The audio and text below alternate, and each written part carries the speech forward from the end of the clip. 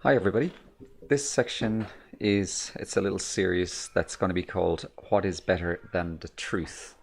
And it seems that there's lots of different truths around at the moment and lots of different opinions. And we've got opinions about different sorts of health issues and political issues. And what I've kind of found, I do quite a lot of work on LinkedIn. And what I've found is that sometimes when we talk about some of the facts, or I talk about some of the facts, they're not really believed, even though there's fairly good evidence in front of us. And there's a lot of reasons for that. Another thing which is a little bit unfortunate is the fact that mainstream media seem to be corrupting a lot of genuinely good information that we can find out there, but we seem to be hearing a very biased and one-sided story, especially when it comes to health. We seem to find that a lot of people who are just trying to relay some really important information seem to be getting shut down and censored on different sorts of platforms, even to the point where you actually can't mention some words and some conditions or, I don't know, opinions based on some things. There's a condition that's spreading around the world at the moment, and it sounds similar to a type of beer that we drink, so I'm going to call it Cerveza. And there's a lot of facts around this which the general public should be, I think, being made aware of. And there's a lot of misinformation around, and it's quite incredible to me. I work in health, that I see this information being promoted as accurate health information, and in fact there's not valid science to back a lot of this stuff up. I was talking to a few people recently, and there was this I guess in inverted commas, a rumor going around about how accurate the testing is, and there were some memes about a virus getting tested on things like papayas, and it almost sounded too incredible. But if we actually look behind it, we can see that there's a little bit more to this story than meets the eye. And in actual fact, I'm going to play something now from the president of Tanzania, and just have a look at what this guy has got to say.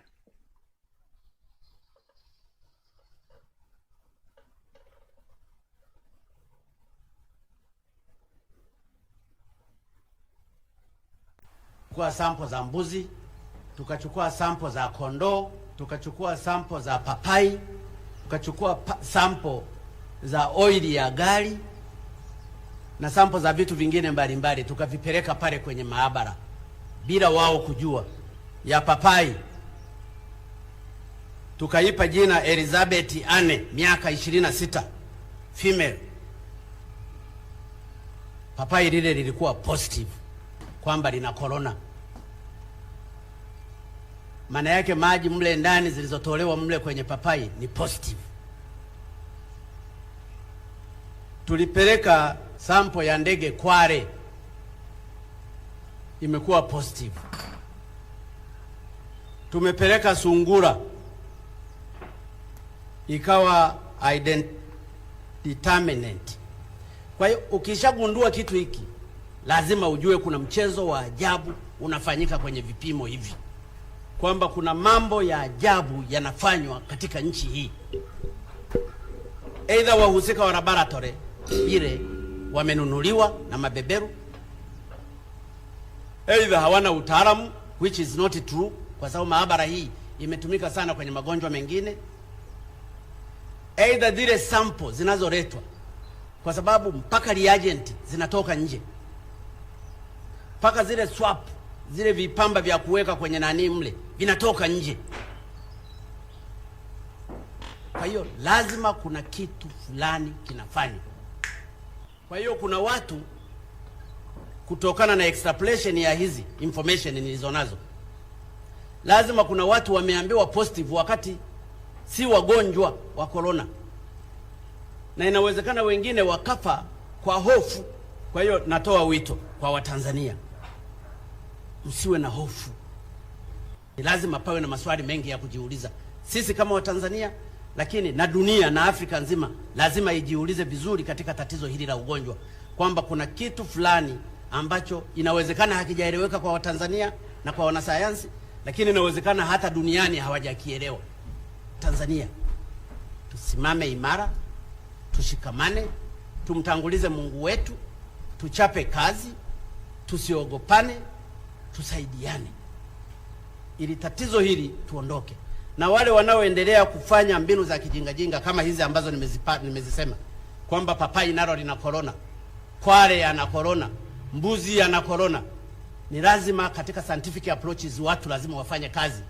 Ni waombe wataalamu wetu, vyuo vikuu, Sokoine, University of Dar es Salaam, vyuo vyote, NEMRI na kadhalika, huu ndio wakati wa kufanya kazi na kuonyesha integrity zenu za kufanya research.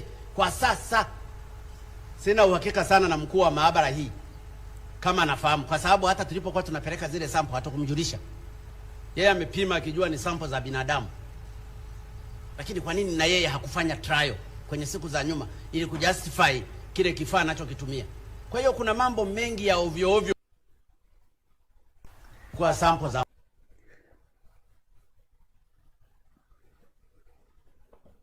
So that was actually a press conference from the president of Tanzania, and I don't know, did you want to call that staged, or do you want to call that set up or misinformation? But for me, looking at something like that is fairly compelling, especially seeing as I do work in health and I like to do some fact checking and stuff.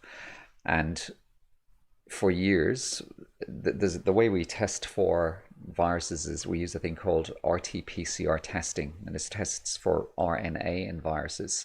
And for years we've known that the method of testing and the way we test is actually quite inaccurate.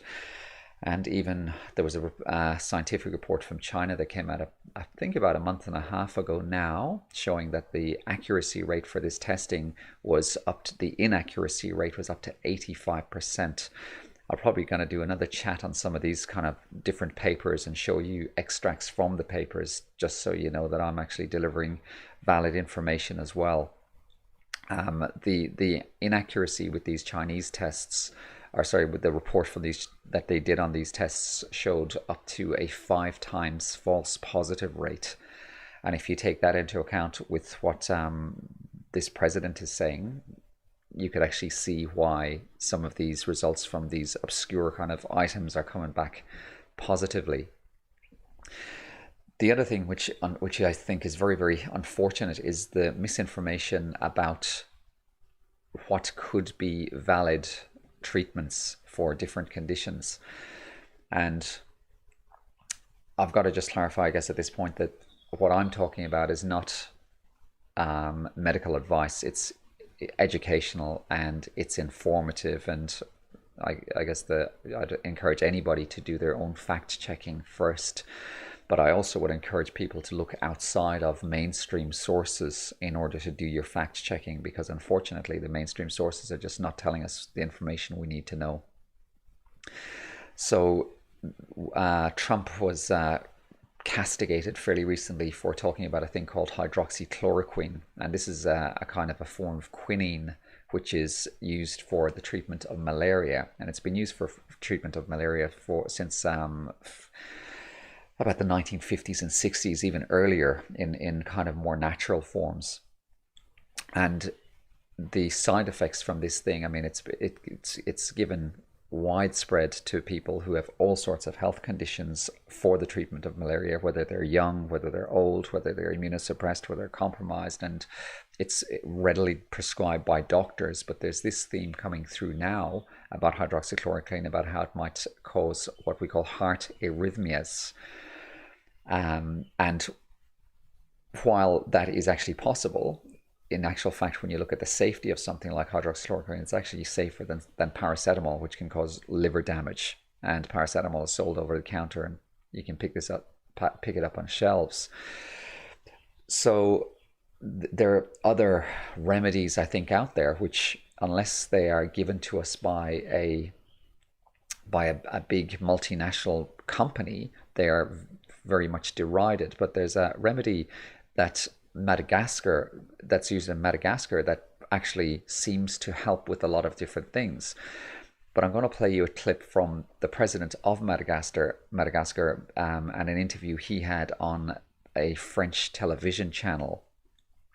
And just the dialogue that he's having around this treatment, I think, is quite fascinating. It's quite interesting.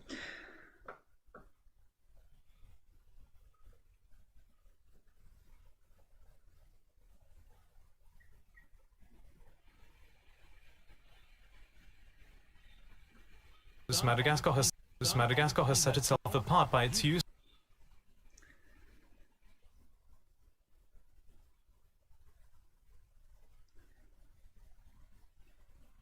Madagascar has set itself apart by its use of COVID organics, a remedy based on Artemisia, a plant with proven therapeutic effects in the fight against malaria. You've already sent it to a number of African countries, but do you have proof in Madagascar that this treatment works? What evidence can we provide at this point? Well, our patients are healing. Out of 171 infections in Madagascar, as many as 105 have healed. That's a majority of COVID-19 patients who have healed. You mentioned evidence. What I can tell you is that the patients that have healed have taken no other product than COVID organics. To summarize, we are seeing a clear improvement in the health of patients treated with this remedy called Tembavi CVO. And this only 24 hours after the remedy was first administered. The patients are found to heal 7 to 10 days after receiving the remedy. It is a natural remedy, a non-toxic and non-invasive remedy. Nevertheless, Mr. President, not everyone is convinced by the evidence that you're talking about. And it's not just anyone who's skeptical. The African Union, ECOWAS, and especially the WHO, the WHO's Africa office, have in the past few days repeatedly warned against the illusion of a miracle cure. Not only does the WHO have doubts as to the effectiveness of COVID organics, but it is also worried about the possible side effects for those who take this tonic. Well, you are referring to Dr. Moetsi's warning against the use of COVID organics. I have a question for you.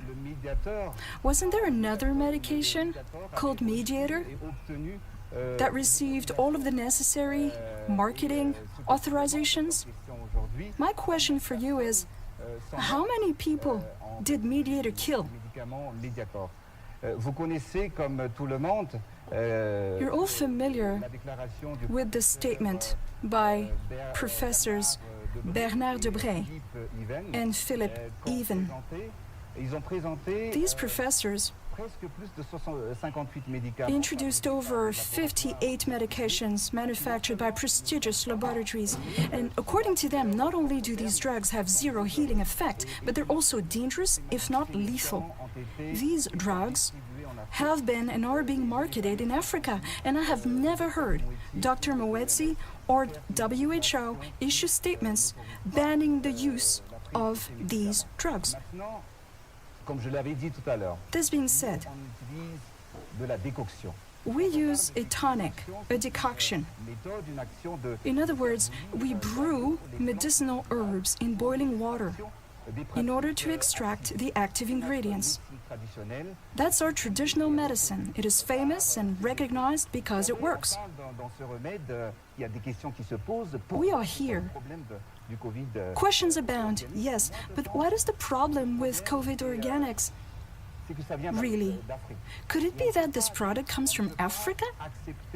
Could it be that it's not okay for a country like Madagascar, which is the 63rd country, poorest country in the world, that it's not okay for such a poor country to have come up with Tembavi that can help save the world?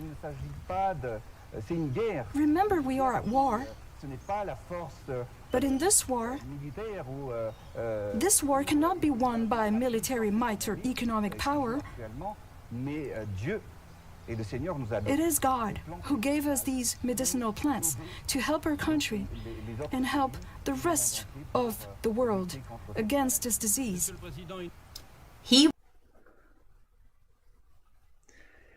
So I think that's quite interesting, and I think the interview did a great job asking the president some very pertinent questions, but the answers I thought were very well thought out, and I think, you know, he's more than just some strange weird guy spouting off some weird facts.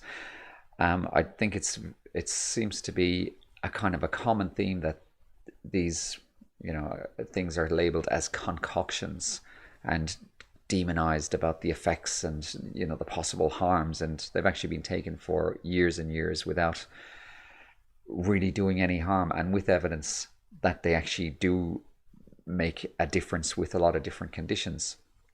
And then we also have different drug companies. There's a drug that's being touted at the moment called remdesivir, which has got a stack of side effects associated with it, and every second day I'm seeing headlines in the paper about the fact that this can be the new cure for this cerveza virus that's going around the world. So it just doesn't make sense to me that you've got basically a drug which has got loads of side effects that is being kind of pushed to us as this kind of savior, and we are getting told that some relatively safe medications are going to kill us and we shouldn't try them, and they're witchcraft and they're sinister, and I think from my point of view, if it came down to trying a herbal remedy that's been around for decades in the form of a tea, I know what I'd be doing. But again, that's not medical advice. You have to use your own discretion with stuff like that. And then we also, have these statements, I guess, about the inaccuracy of the numbers, and you have people criticizing the numbers.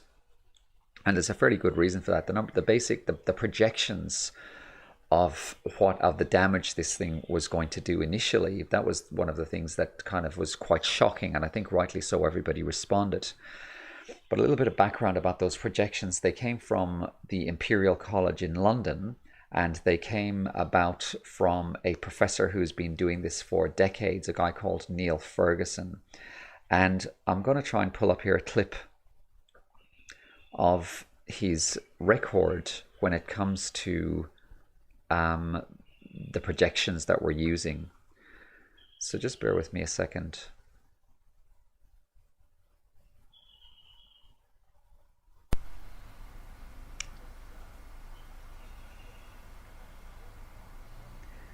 So we can see here that he's been around for a while, and he has made numerous projections about a lot of different outbreaks of things like Ebola and swine flu and avian bird flu, and his projections have been quite wild, to say the least.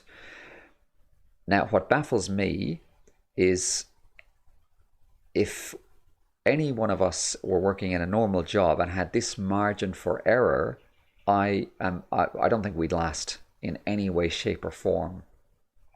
The next, so this guy has been absolutely horrendously out in his projections and his figures, and has basically scared the world. It's on these projections from the Imperial College in London that Britain basically, and even America, went into lockdown because of this devastation that was apparently going to be happening.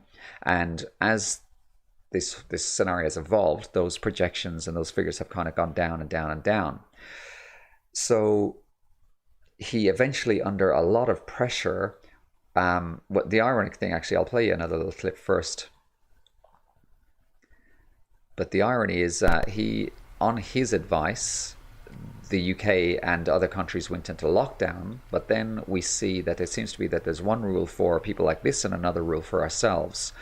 And he actually ended up stepping down from his position because he decided that the lockdown rules didn't apply to him, and he could go and see his mistress and continue some kind of relationship with her. She actually happens to be a woman who's married to somebody else. I don't know whether there's this kind of speculation about some of the details on that, but it does seem quite interesting to me. I'm going to play you another clip here also.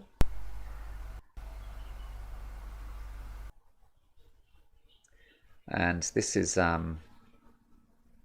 some information from the CDC.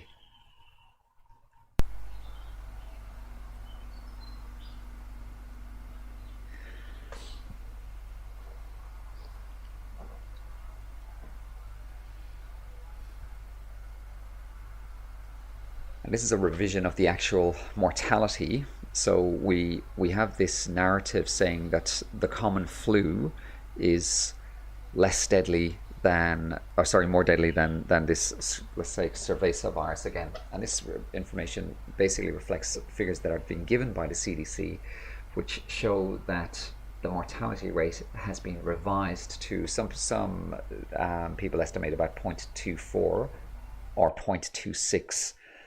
And that, in fact, is much less deadlier than some serious strains of influenza that go around. So again, we have to ask ourselves why we have had this incredible response to something that even now the CDC are telling us is less deadly than some strains of flu that come around the world. It just doesn't make any sense to me. I'm more than happy for people to leave comments or to contact me on Facebook and explain this stuff to me. I've been in health for 20 odd years, and I like to think I've got a bit of knowledge about some of the stuff that goes on in health, but I just don't get some of these things. I'm sorry.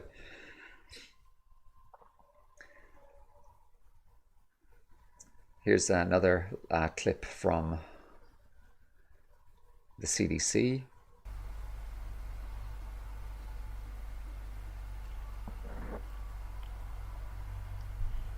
Sorry, the clip is not from the CDC, it's an interpretation of information from the CDC, which again casts a fair bit of doubt on the figures that we were initially given. And it begs the question as to why countries are in lockdown. And here's finally another one.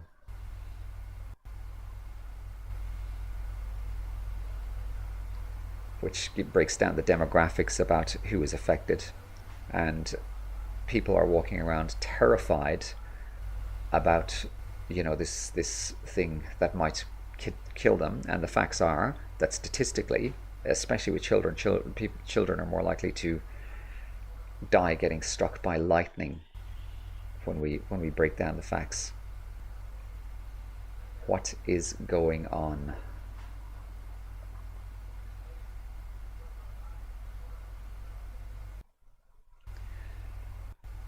So I guess the point that I'm making with this chat, and I'll be putting some more out, one of the next chats I'm going to talk about is the information we're given about how to protect ourselves, about masks, about social distancing, information around how viruses are transmitted.